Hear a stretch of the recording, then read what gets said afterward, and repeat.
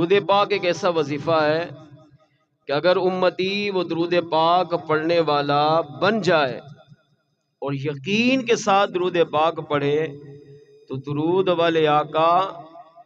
اس کی مشکل کشائی بھی کرتے ہیں، خواب میں بھی تشریف لاتے ہیں، اور کرم فرمائیں تو اس سے اپنا دیدار بھی عطا فرماتے ہیں۔ اس بات کو اس روایت سے سمجھیے۔ ایک بزرگ رحمت اللہ تعالی علیہ فرماتے ہیں، مصر میں ایک شخص تھا جس کا نام محمد بن سعید تھا۔ اس کی ایک تمنا تھی کہ اللہ مجھے اس وقت تک موت نہ دے جب تک میں مدینے والے آقا صلی اللہ علیہ وسلم کا دیدار نہ کر لوں۔ یہ تمنا، یہ خواہش ہماری بھی ہونی چاہیے۔ امتی کے لیے دو چیزیں ہیں، یا تو وہ حضور کا دیدار کرے، اپنے آپ کو ایسا بنائے، اپنے ظاہر کو اپنے باطن کو اتنا پاک صاف ستھرا کرے کہ یا تو آقا خود چل کر خواب میں دیدار کرا دے، یا پھر امتی مدینے میں جا کر حضور کا روضہ دیکھے۔ اگر حضور آ جائے تب بھی کامیاب ہے، اور اگر مدینے جا کر گنبد خضرا کو دیکھ لے تب بھی کامیاب ہے۔ تو محمد بن سعید کہتا ہے کہ میں نے نمازیں بھی پڑھی، روزے بھی رکھے، حج بھی کیے، عمرے بھی کیے، تلاوت قرآن بھی کیے، ذکر و اذکار کی بھی کیے، جو بھی نیک عمل تھا کرتا تھا، لیکن ہر نیک عمل میں دعا کرتا تھا، اے اللہ مجھے اس وقت تک موت نہ دینا جب تک میں یا تو گنبد خضرا کو نہ دیکھوں یا مصطفیٰ جان رحمت کا خواب میں دیدار نہ کر لوں۔ میری زندگی گزرتی رہی۔ ایک سال ایسا آیا کہ میں نے ایک مخصوص تعداد میں روزانہ رات کو سونے سے پہلے درود پاک پڑھنے کا وظیفہ بنایا۔ سونے سے پہلے بستر پر بیٹھتا، وضو کرتا اور 100 مرتبہ درود پاک پڑھ کر سو جاتا، یہ سوچ کر کہ 100 مرتبہ نبی کو پکار پکار کر سویا ہوں، ہو سکتا ہے آقا کرم فرما دے۔ تو ایک رات میری قسمت جاگی۔ اس رات میں دکھی تھا، دل غمزدہ تھا، کسی وجہ سے پریشان تھا۔ عشاء کی نماز پڑھی، کھانا کھایا، وضو کیا، پھر بستر پہ آیا، اور اس وقت میں نے حضور کی ذات پر درود و سلام پڑھا، اور اتنا رو رو کے پڑھا، اتنی محبت میں پڑھا کہ میں اس کو بیان نہیں کر سکتا۔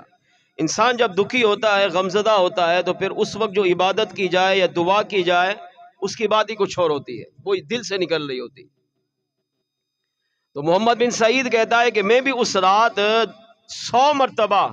اپنے آقا صلی اللہ علیہ وسلم پر درود و سلام پڑھا اور سو گیا۔ کہتے سر کی آنکھ بند ہوئی، دل کی آنکھ کھلی، کیا دیکھتا ہوں کہ خواب میں وہی آقا جن کے بارے میں میں ساری زندگی دعا کرتا رہا، میرے آقا خواب میں تشریف لے آئے۔ اب جب حضور خواب میں تشریف لائے تو امتی کے لیے یہ بڑی معراج ہے کہ اس کا نبی اس کے خواب میں آ جائے۔ ہاں، یہ امتی کی سب سے بڑی معراج ہے۔ یہ امتی کامیاب زندگی گزار گیا ہے کہ اگر خواب میں میلاد والے آقا آ کر اسے اپنا چہرہ والضحیٰ دکھا دیں، لیکن محمد بن سعید کہتا ہے درود و سلام پڑھنے کی برکت دیکھیں۔ محمد بن سعید کہتا ہے کہ جب میرے آقا خواب میں میرے گھر میں تشریف لائے تو حضور کی آمد کی برکت سے اللہ نے میرے گھر کو خوشبو سے معطر بھی کیا، حضور کی آمد کی برکت سے اللہ نے میرے گھر کو نور سے منور بھی کیا، اور میرے آقا صلی اللہ علیہ وسلم کی خوشبو سے میں اٹھا اور حضور کے قدموں میں حاضر ہو گیا۔ اب میرے آقا صلی اللہ علیہ وسلم کی بارگاہ میں بیٹھا ہوں، میرے آقا صلی اللہ علیہ وسلم نے کیا فرمایا؟ ارشاد فرمایا، محمد بن سعید اپنا منہ میرے قریب کرو۔ خواب میں دیدار فرما کرا دیا، یہ کافی ہے، مگر وہ جب نوازنے پر آتے ہیں تو ان کی پھر رحمت کی انتہا ہی نہیں ہوتی۔ فرمایا محمد بن سعید اپنا منہ میرے قریب کر۔ کیوں منہ قریب کروا رہے تھے؟ محمد بن سعید کہتا ہے جب میں سنا تو میں تڑپ گیا، میں رونے لگ گیا، میں نے اپنا سر جھکا لیا کہ یا رسول اللہ میں کہاں آپ کہاں؟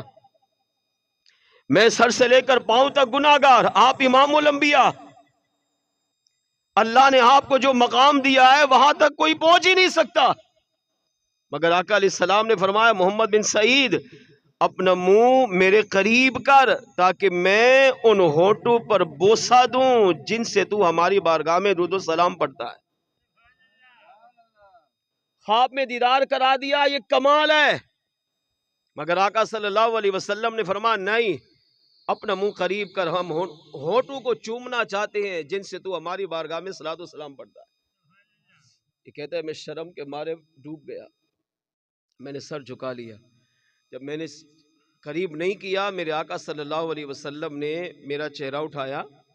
اور خود اپنا مبارک منہ قریب کر کے میرے رخسار پہ بوسہ دیا۔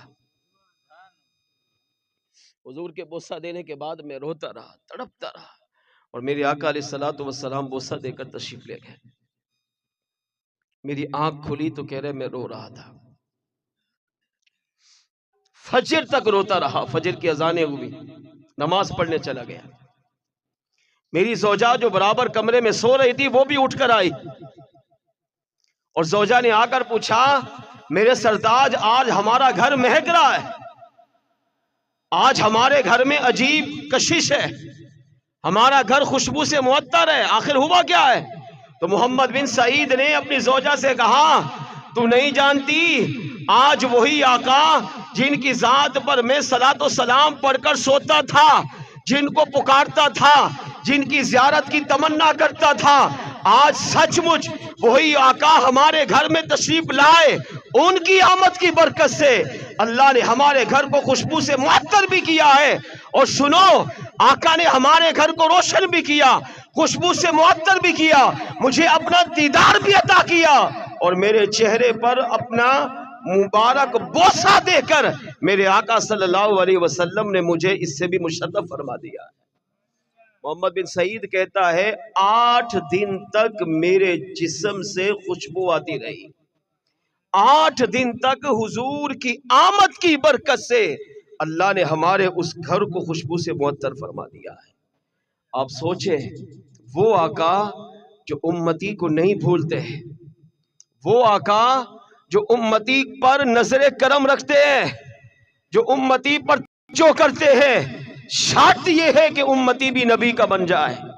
امتی اگر نبی سے سچی محبت کرے،